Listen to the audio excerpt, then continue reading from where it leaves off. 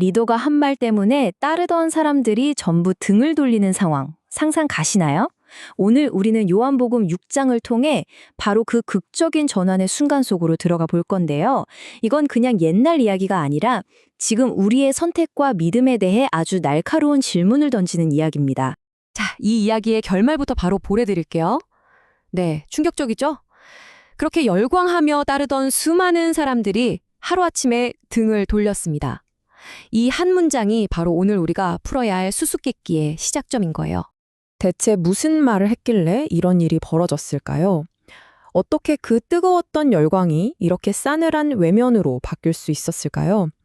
이 질문을 가지고 한번 이야기의 처음으로 거슬러 올라가 보죠. 모든 일의 시작은요, 한 가르침에서 비롯됐어요. 근데 이게 보통 가르침이 아니었던 거죠. 듣는 사람들을 아주 깊은 혼란에 빠뜨린 그런 메시지였습니다. 자, 바로 이 말이 문제의 시작이었어요. 예수님은 영적인 진리를 말씀하셨는데 당시 사람들 귀에는 이게 너무 뜬구름 잡는 소리처럼 들렸던 거예요. 뭐랄까, 당장 배고파서 빵을 달라는 사람한테 마음의 양식이 더 중요해 라고 말하는 느낌? 그 간극이 어마어마했던 거죠. 영이니 생명이니 손에 잡히지도 않고 눈에 보이지도 않으니까요. 그러니까 당시 사람들의 생각과 예수님의 메시지 사이에는 정말 거대한 벽이 있었던 셈이죠. 대부분은 그러니까 눈에 보이는 현실, 당장 급한 문제에만 매달렸어요. 하지만 예수님은 영, 즉 보이지 않는 진리와 영원한 가치를 이야기하셨죠. 이 두 세계관이 정면으로 꽝 하고 부딪힌 겁니다. 이게 바로 갈등의 핵심이었어요. 근데 있잖아요. 이야기가 여기서 더 흥미진진해져요. 예수님은 이 모든 걸, 그러니까 누가 자기를 믿지 않고 떠나갈지 처음부터 다 알고 계셨다는 거예요. 와, 이 사실 하나만으로도 앞으로 벌어질 일에 엄청난 긴장감이 더해지죠. 심지어 예수님은 한술 더 떠서 믿음이라는 것 자체가 우리 힘으로 되는 게 아니라고 하셨어요. 하나님 아버지가 이끌어 주셔야만 가능하다는 거죠. 아버지께서 이끌지 않으시면 아무도 내게 올 수 없다. 이 말은 사실상 네 노력만으론 안 돼 라는 거잖아요. 그러니 사람들은 더 머리가 복잡해질 수밖에요. 자, 이렇게 도저히 이해할 수 없는 메시지가 던져졌을 때 그 결과는 어땠을까요? 네, 즉각적이고 아주 극적이었습니다. 사람들이 대거 떠나기 시작한 거죠. 결과는 아주 명확했어요. 예수님의 말씀은 그들이 감당하기엔 너무나 어려운 이야기였던 거죠. 그 깊은 영적 진리를 도저히 받아들일 수가 없었던 거예요. 그래서 결국 하나둘 등을 돌리고 떠나갔습니다. 그렇게 수많은 사람들이 다시는 돌아오지 않았죠. 거대한 군중에 마치 썰물처럼 싹 빠져나간 뒤에 이제 이야기는 남겨진 정말 몇 안 되는 사람들에게로 초점이 옮겨갑니다. 그리고 바로 이 순간, 이 팽팽한 긴장감 속에서 아주 날카로운 질문 하나가 던져져요. 한번 상상해 보세요.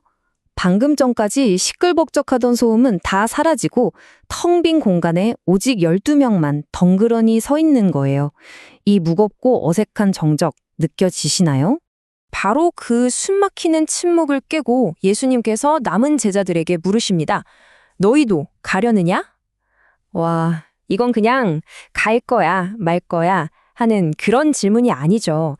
이건 그들의 마음 가장 깊은 곳을 후벼 파는 믿음의 본질을 묻는 그런 도전이었어요. 모두가 숨을 죽이고 아무 말도 못하고 있을 때 바로 그 순간 한 사람이 입을 엽니다. 그리고 그의 대답은요, 이 위태로운 상황을 완전히 새로운 국면으로 바꿔놓습니다. 베드로의 첫 마디는 이거였습니다. 주님, 우리가 누구에게로 가겠습니까? 이게 질문처럼 들리지만 사실 이보다 더 확실한 대답이 또 있을까요? 당신 말고는 갈 데가 없습니다.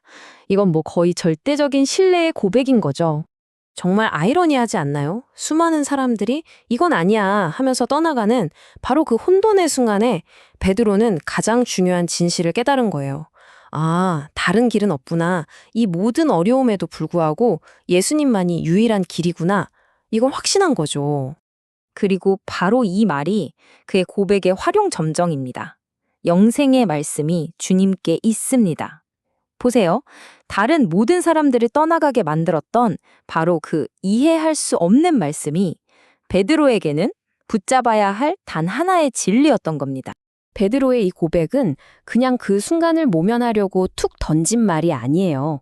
여기에는 믿음의 본질이 무엇인지에 대한 깊은 통찰이 담겨 있어요. 사실 이 이야기는 2000년 전의 어떤 사건으로 끝나는 게 아니라 거울처럼 바로 오늘 우리가 마주하고 있는 선택의 문제를 그대로 비춰주고 있거든요. 자, 이 이야기를 통해서 우리는 믿음이 어떤 건지 살짝 엿볼 수 있어요.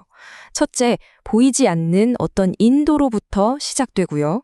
둘째, 눈앞의 현실 너머에 있는 영적인 진실을 볼 줄 아는 눈이 생기고요.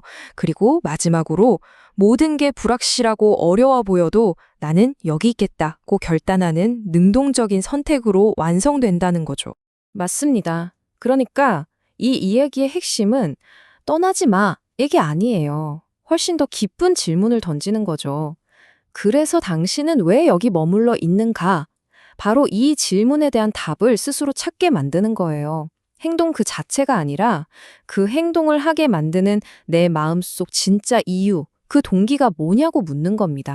결국 너희도 가려느냐 이 질문은 2000년의 시간을 훌쩍 뛰어넘어서 오늘을 살아가는 바로 우리에게도 똑같이 던져지고 있는 거예요. 세상의 수많은 목소리가 우리를 흔들고 혼란스럽게 할 때 우리는 과연 어디에서 영원한 생명을 주는 말을 찾을 것인지, 그리고 그 곁에 머무를 것인지, 그 선택은 온전히 우리 각자의 몫으로 남아 있습니다.